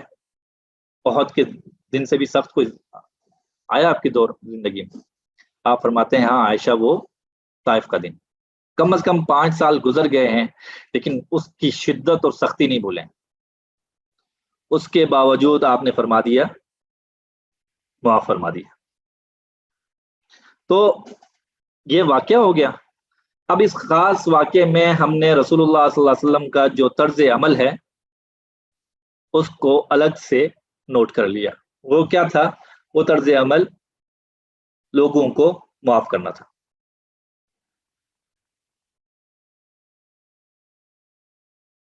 کتنی چیزیں ہو گئی ہیں؟ 3 چیزیں ہو گئی ہیں: واقعے کا پس منظر، واقعہ، اور اس خاص واقعے میں رسول اللہ صلی اللہ علیہ وسلم کا طرز عمل۔ چوتھا نقطہ یہ تھا کہ اس طرز عمل کا نتیجہ کیا نکلا۔ نتیجہ یہ نکلا کہ یہ اہل طائف بنو سعد کے لوگ طائف کے لوگ غزوہ حنین کے بعد ان کا وفد آیا اور وہ لوگ ایمان لائے۔ 1090 میں یہ واقعہ پیش آ رہا ہے. اس کے بعد 3 سال بعد ہجرت کی آپ نے اور 8 سال بعد آپ نے مکہ فتح کیا. تو 8 اور 3 11 سال. 11 سال بعد اس کا نتیجہ برآمد ہو رہا ہے. آپ صلی اللہ علیہ وسلم نے سن 1090 میں معاف فرمایا اور وہ سن 9 ہجری میں ایمان لا رہے ہیں. ٹھیک ہو گیا. تو یہ وہ نتیجہ تھا کہ اتنے سالوں بعد جا کے اس کا نتیجہ برآمد ہوا. اب آتے ہیں سب سے اہم نقطے کی طرف. وہ یہ کہ آج میرے لیے اس میں کیا عملی پہلو ہے. جب بھی ہم طائف کا واقعہ پڑھیں گے یا سنیں گے یا سنائیں گے، اس سے یقیناً ہمارے قلب و روح ہل اٹھیں گے اور ایک جذباتی کیفیت بھی پیدا ہوگی اور ایک ایمانی حرارت بھی پیدا ہوگی. لیکن سوال یہ پیدا ہوتا ہے کہ اس واقعے میں میرے لیے کیا عملی پہلو ہے. آخر کیا پڑی تھی کہ اس واقعے کو اتنی تفصیلات کے ساتھ رب تعالیٰ نے محفوظ کرنے کا انتظام فرما دیا. اس میں میرے لیے کیا عملی پہلو ہے؟ کیا یہ عملی پہلو ہے کہ جب کبھی میں اس نہج پہ پہنچوں کہ دعوت و تبلیغ کے میدان میں مجھے یوں تکلیفیں پیش آئیں اور پھر مجھے اللہ کی طرف سے یوں اختیار ملے تو میں لوگوں کو معاف کر دوں؟ ظاہر سی بات ہے کہ ایسا تو واقعہ پیش آنا نہیں ہے. تو پھر آج 1450 برس بعد ہم میں سے ہر ایک شخص کی زندگی میں اس کے اندر کیا عملی پہلو چھپا ہوا ہے، وہ ذرا دیکھنے کی کوشش کرتے ہیں. سب سے پہلی چیز، اب ہم وہ چیزیں دیکھنے کی کوشش کریں گے کہ ہم نے سیرت کو کس انداز سے معاشرے کے سامنے رکھنا ہے کہ وہ لگے کہ اس کے میں سے ہر ایک واقعے میں سے آج کی زندگی میں کرنے کے کیا کام ہمیں مل رہے ہیں. اب یہ واقعہ پیش آ گیا، اب ہم نے اس میں سے دیکھنا ہے کہ اس میں کیا عملی پہلو ہیں ہمارے سامنے. سب سے پہلی چیز، سب سے پہلا جو ہم دیکھتے ہیں اس میں رویہ رسول اللہ صلی اللہ علیہ وسلم کا. میں نے پیچھے عرض کیا تھا کہ ہمیں ان اصولی رویوں کو تلاش کرنے کی ضرورت ہوگی جو رسول اللہ صلی اللہ علیہ وسلم نے اختیار کیے ہیں، اور پھر وہ اصولی رویے جو ہیں وہ ٹائم باؤنڈ نہیں ہوتے ہیں. جو اصولی رویے ہوتے ہیں، جو اصول ہوتے ہیں، وہ کسی وقت کے ساتھ محدود نہیں ہوتے، وہ کسی تہذیب اور ثقافت کے ساتھ محدود نہیں ہوتے. جو اصول آج سے 1450 برس پہلے تھے آج بھی وہی ہوں گے. ہم یہاں پہ دیکھیں گے وہ کون سے اصولی رویے ہیں جو ہمیں اس واقعے سے مل رہے ہیں. سب سے پہلا رویہ جو ہمیں اس واقعے سے سمجھ میں آ رہا ہے وہ یہ کہ جب بھی کوئی آزمائش، کوئی مصیبت پہنچتی ہے تو اس وقت اللہ تعالیٰ سے تعلق جوڑ لیا جاتا ہے، دعا کی جاتی ہے، اور اپنی تکلیف، اپنی بے بسی کس کو سنائی جاتی ہے؟ رب کو سنائی جاتی ہے. عوام کے سامنے، لوگوں کے سامنے، اپنے پیاروں کے سامنے شکوے نہیں کیے جاتے. ہائے، یہ نہیں کیا جاتا. مجھ پر بڑی آزمائشیں آ گئیں، مجھ پر بڑی پریشانیاں آ گئی، میرا یہ نقصان ہو گیا اور میرا فلاں فوت ہو گیا. یہ کس کو سنانے کی چیز ہے؟ یہ رب کو سامنے رکھنے کی چیز ہے. اپنے دل کا دکھڑا رب کو سنانے کی چیز ہے، نہ یہ کہ لوگوں میں شکوے کرتے پھریں. تو سب سے پہلا رویہ جو یہاں پہ سمجھ میں آ رہا ہے کہ جب بھی زندگی میں کوئی خلاف مزاج واقعہ پیش آئے تو رب کے سامنے دعا کی صورت میں اس سے تعلق جوڑیے اور اپنی جو دلی کیفیت ہے اس کے سامنے رکھیں، لوگوں کے سامنے نہیں. اب یہ جو رویہ ہمیں اس سے سمجھ میں آ رہا ہے، یہ بتائیے کہ اس رویے کا تعلق کسی دور کے ساتھ قید ہے کہ آج سے 1450 برس تو پہلے تو یہ ہو سکتا تھا، آج نہیں ہو سکتا. نہیں، آج کی اس جدید دنیا میں بلکہ یہ اور زیادہ کارگر اور مفید ہے جب ہر ایک شخص اپنی نفسا نفسی کے دور میں زندگی گزار رہا ہے. اس میں تو اور زیادہ ضروری ہے کہ لوگوں کے سامنے اپنی بے بسی، اپنی لاچاری، اپنی مجبوریاں، اپنی پریشانیاں بیان کرنے کے بجائے اپنے رب کو سنائیں. ایک ضمناً سی بات ہے کہ اب ہم دیکھ رہے ہیں سوشل میڈیا کا دور ہے اور اس میں لوگ بہت ساری چیزیں ڈالتے ہیں. اس میں سے ایک چیز یہ بھی ہے کہ وہ اپنی کیفیات کو سوشل میڈیا پہ شیئر کر رہے ہوتے ہیں، جن مراحل سے زندگی کے وہ گزر رہے ہوتے ہیں. تو شاید یہ کوئی زیادہ اچھا رویہ نہیں ہے، اگرچہ بسا اوقات وہ دعا کی غرض سے ہی ہوتا ہے کہ میں فلاں پریشانی میں مبتلا ہوں، دعا کر دیجیے.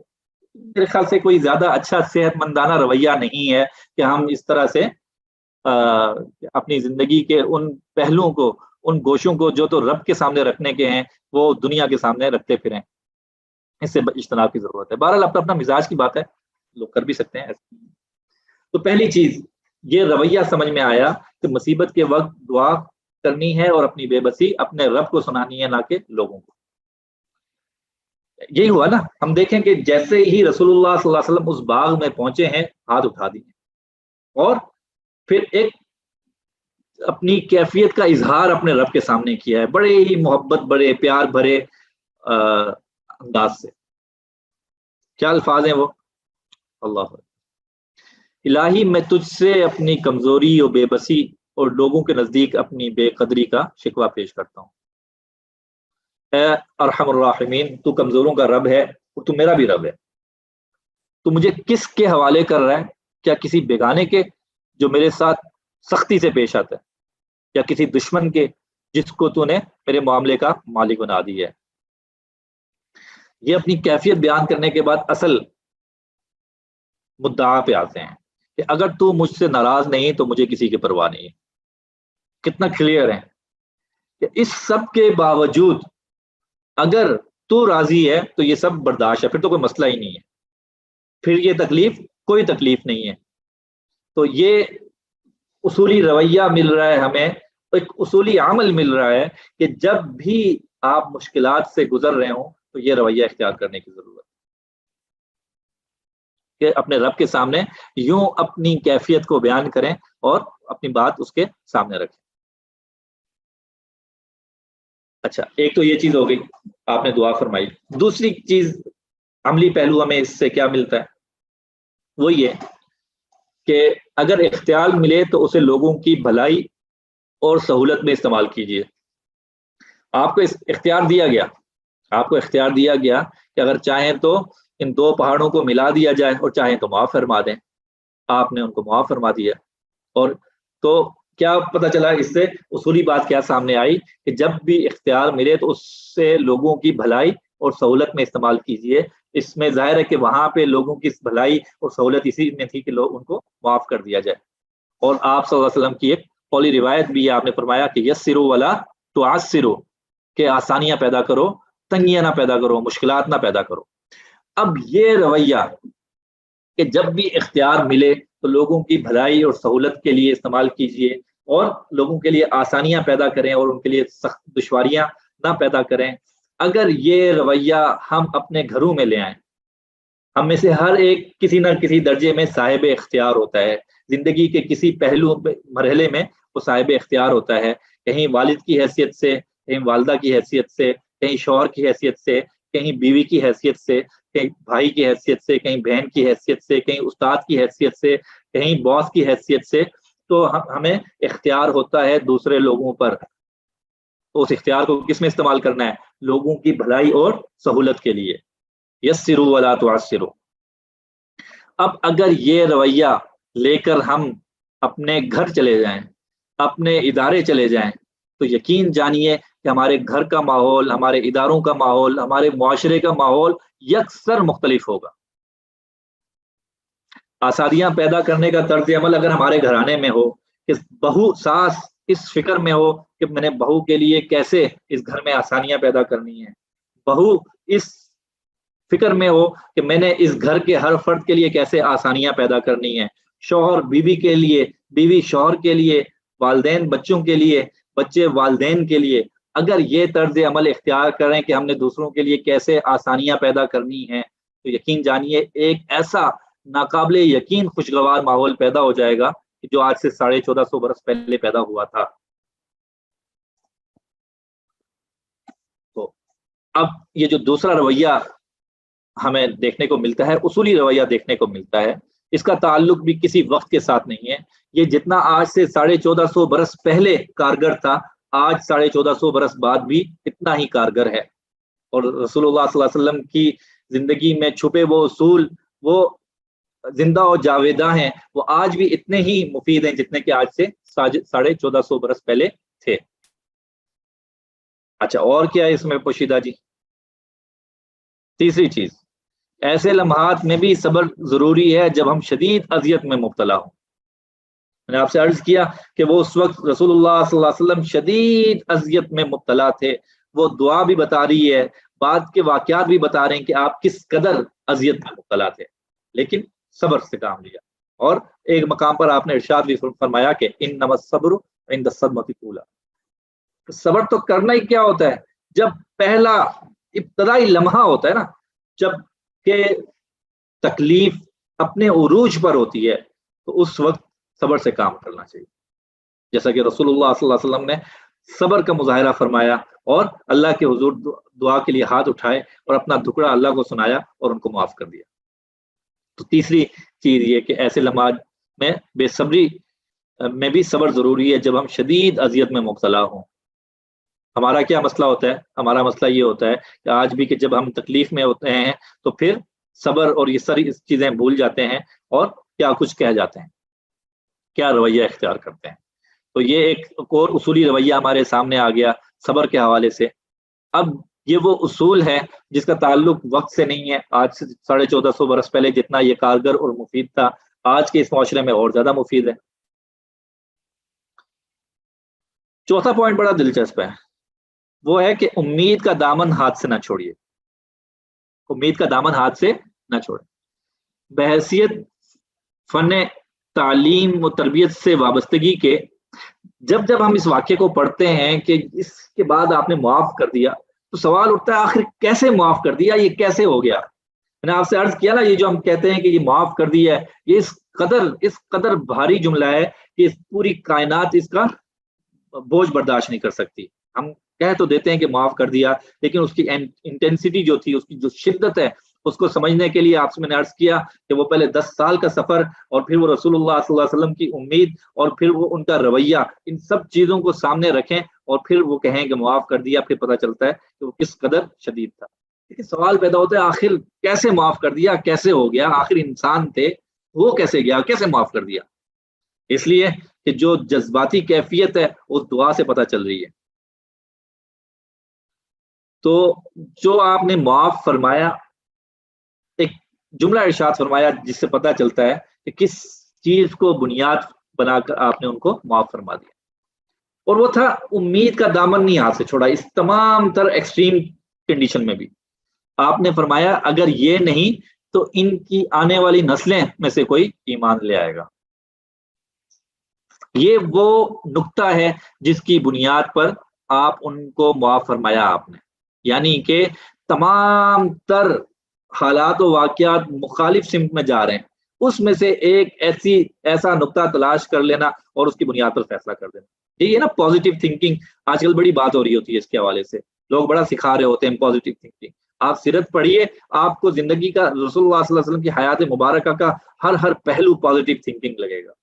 اس سے بڑھ کر اور کیا ہے. تو یہاں پہ وہ جملہ جو آپ نے ارشاد فرمایا، اس سے پتہ چل رہا ہے کہ آپ نے اس کو بنیاد بنا کر ان کو معاف کر دیا. اگر کہ یہ نہیں تو ان کی آنے والی نسلوں میں سے کوئی ایمان لے آئے گا.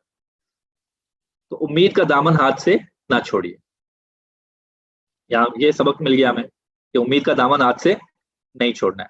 ہم کیا کرتے ہیں، بڑی جلدی کر دیتے ہیں فیصلہ کرنے میں، اور امید کو قائم نہیں رکھتے، اپنے بارے میں بھی، دوسروں کے بارے میں بھی، لوگوں کے ایمان کے بارے میں بھی. ہمارے شیخ فرماتے ہیں نا کہ امید اس درجے کی رکھیں کہ جب تک سانس باقی ہے امید باقی ہے. جب تک سانس باقی ہے امید باقی ہے. آپ ذرا سوچئے، تصور کیجئے، میدان احد کو سامنے رکھیں. میدان احد جنگ کا سما ہے اور مسلمان کافروں پر غالب آ رہے ہیں کہ یکدم سے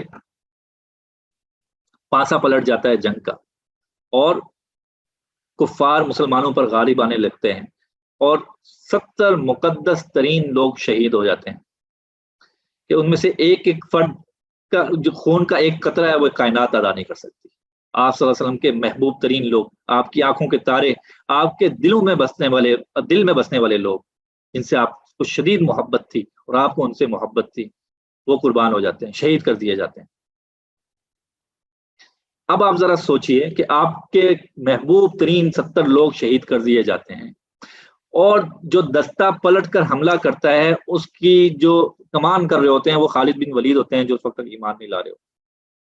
آپ ذرا اس لمحے کو سامنے رکھیے کہ جب خالد بن ولید ان 70 مقدس ترین لوگوں کی شہادت کی وجہ بن رہے تھے کہ ان کو شہید کر دیا، قتل کر دیا، اور پھر مدینہ منورہ کی وہ شام، وہ غم کی وہ کیفیت، مدینہ منورہ میں کیا غم کی کیفیت تھی اس کو سامنے رکھیں، میدان احد میں ان 70 مقدس ترین لوگوں کی لاشیں سامنے رکھیں، اور پھر ذرا تصور کیجئے کہ کوئی اس وقت سوچ سکتا تھا کہ اسی خالد کے بارے میں چند سال بعد کہا جا رہا ہوگا سیف من سیوف اللہ؟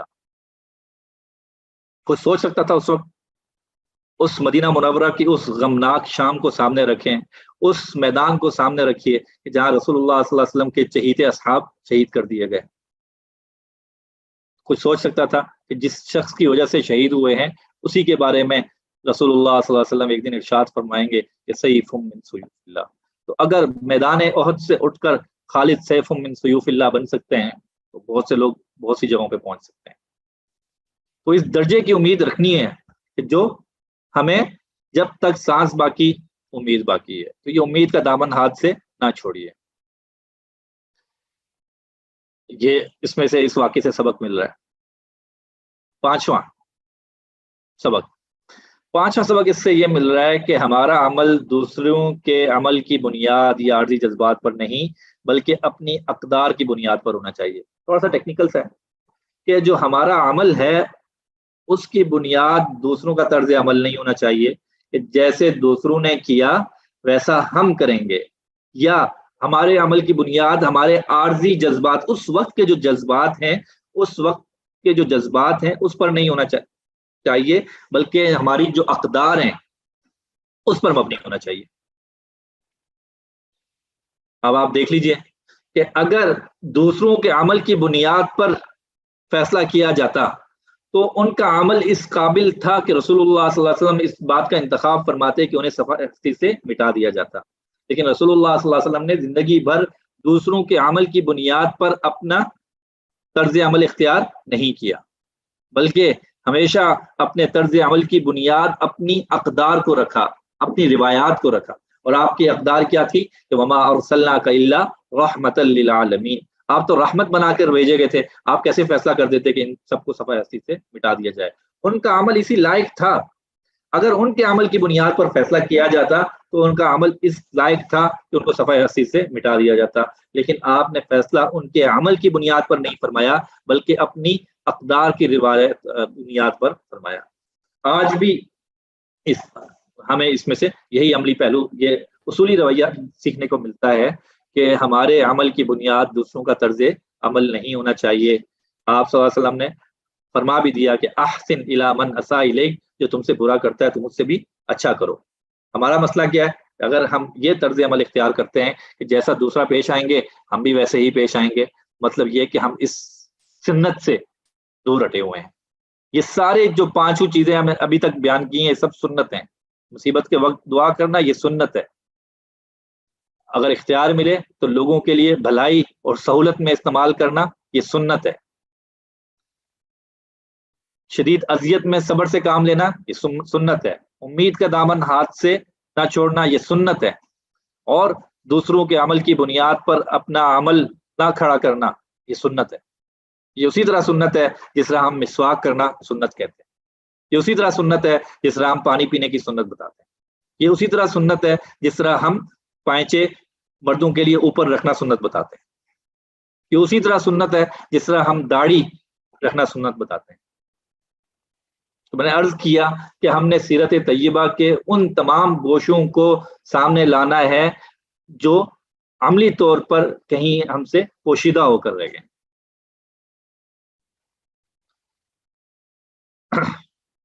مزید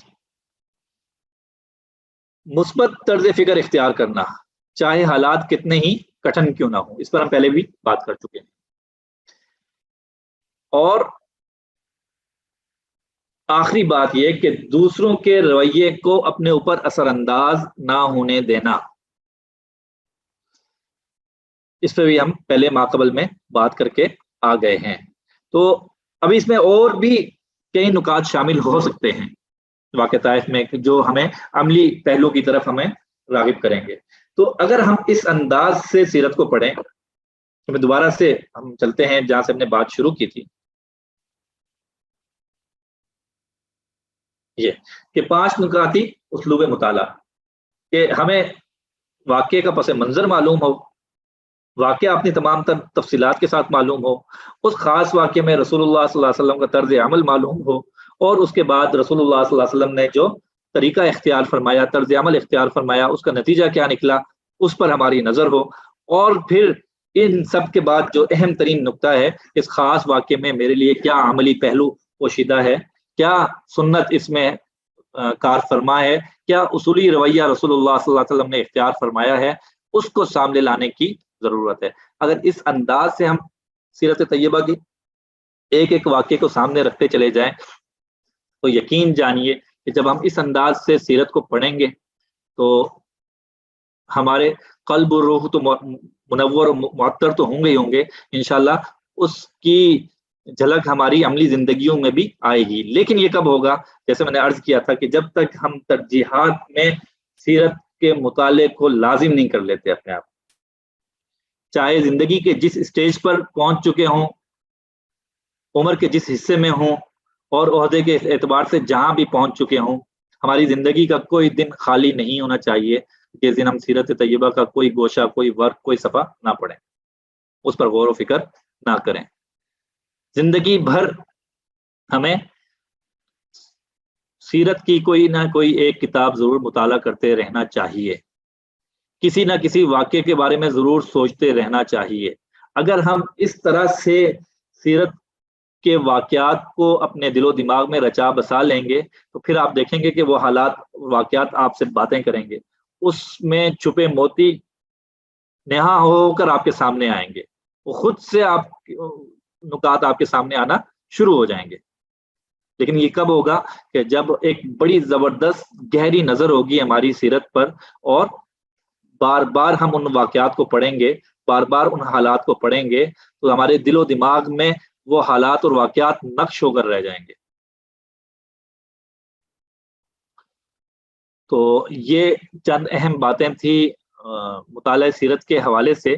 اب میں اسکرین جو تھی وہ میں بند کر رہا ہوں اور آپ کے سوالات کی طرف چلتے ہیں۔ جی جی، اس حوالے سے جو آپ کے سوالات ہیں تو وہ کر سکتے ہیں۔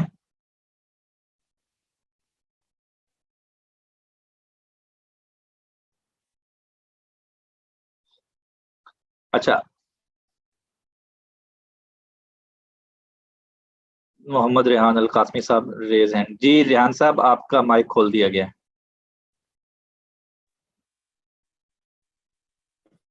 السلام علیکم ورحمۃ اللہ وبرکاتہ۔ جی وعلیکم السلام ورحمۃ اللہ وبرکاتہ۔ جی حضرت، اس عنوان سے اگر ہم سیرت کا عربی وغیرہ کتب جو ہے وہ سب اگر ہو جائے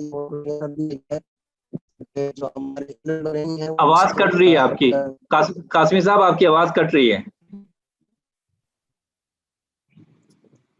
میں یہ کہہ رہا ہوں حضرت کہ سیرت سے متعلق کتب وہ بھی جی اگر فرمائیے۔ سبق میں شامل کر دی جائے تاکہ ہمیں معلوم ہو، عربی وغیرہ یا اردو تو ہم نے کچھ کتابیں پڑھی ہیں، تو عربی کتب کا بھی علم ہو جائے تاکہ جس انداز سے ابھی ماشاءاللہ آپ نے گفتگو کی ہے وہ ہمارے سامنے آ جائے اچھی طرح سے۔ جی میں اس حوالے سے عرض کر دیتا ہوں۔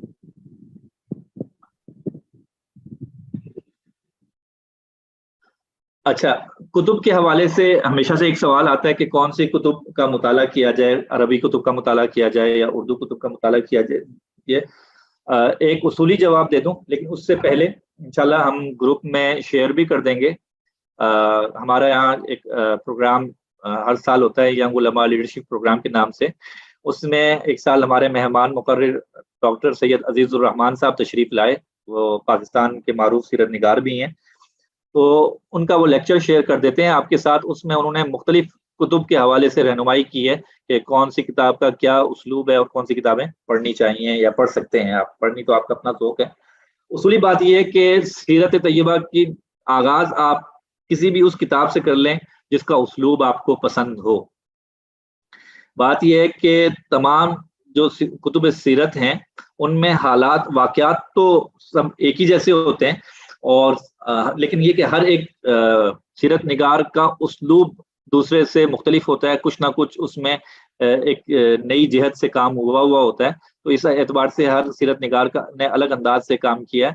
یہاں پہ جو ضروری ہے کرنے کا کام کہ اول درجے میں ہم سیرت کو اس انداز سے پڑھ لیں کہ سب سے پہلے تو ہمیں سیرت یاد ہو جائے کہ بھائی یہ اہم واقعات ہیں، یہ زمانی ترتیب ہے، اور یہ موضوعاتی ترتیب ہے، یہ اہم موضوعات ہیں، یہ زمانی ترتیب ہے کہ یہاں سے شروع ہوئے تھے، یہ اہم واقعات ہیں، وہ ہمیں پڑھ لینے چاہیے اور اچھی طرح اس انداز سے پڑھ لیں کہ ہمارے دل و دماغ میں رچ بس جائیں. وہ بہت ضروری ہے. آگے چل کے انشاءاللہ ہم ایک ٹیکنیک آپ کو پڑھائیں گے، وہ یہاں پہ کام آئے گی، اس کو کہتے ہیں mind map. Mind map basically یہ ہوتا ہے کہ آپ نے کیسے چیزوں کو یاد رکھنا ہے، کیسے چیزوں کا خلاصہ تیار کرنا ہے.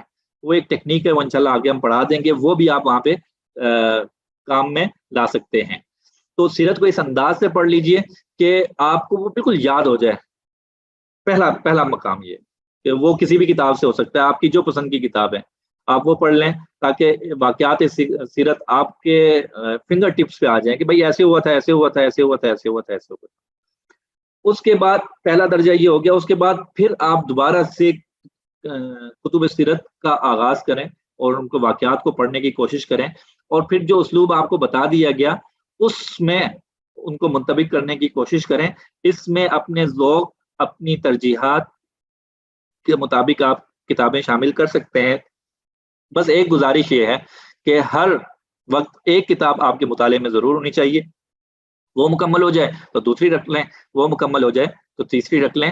انشاءاللہ اگلے 2 سے 3 دن میں واٹس ایپ گروپ میں کتب سیرت کی ایک فہرست آپ کے ساتھ شیئر کر دی جائے گی.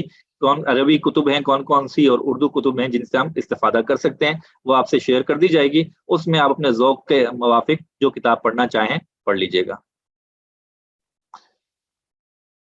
اچھا جی، سلائیڈ گروپ میں شیئر کر دیں. جی کر دیں گے. کیا اس طرز پر سیرت طیبہ کی کوئی کتاب ہے جس میں عملی پہلو کو بھی بیان کیا گیا ہو؟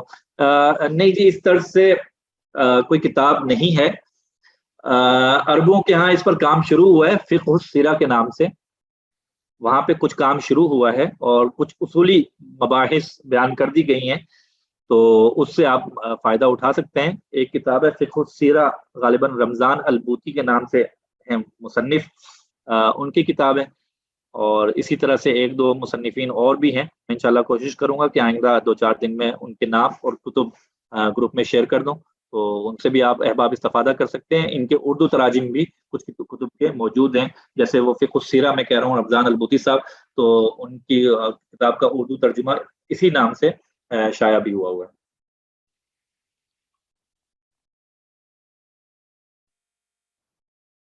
کیا سیرت النبی کی کتاب پی ڈی ایف میں شیئر کر دیں گے؟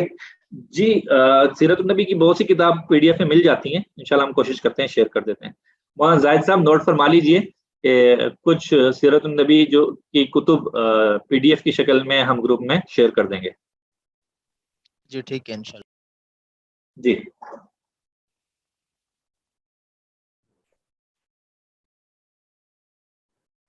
سیرت کے حوالے سے اگر حضرات میں سے کوئی اپنے ذمہ کام لے لے یہ کتب کی شیئرنگ وغیرہ، تو یہ بھی ایک صورت ہو سکتی ہے. جی بالکل ہو سکتی ہے. جی ساتھی بتا دیں جن کے پاس پی ڈی ایف کی شکل میں ذخیرہ کتب موجود ہو سیرت پر، تو وہ ہمارے ساتھ شیئر کر دیں گروپ میں تاکہ دیگر احباب بھی اس سے مستفید ہو سکیں. جی نورین صاحبہ آپ ضرور شیئر کر دیجئے گا رمضان البوتی صاحب کی آپ جو کتاب آپ فرما رہی ہیں، تو گروپ میں شیئر کر دیجئے گا.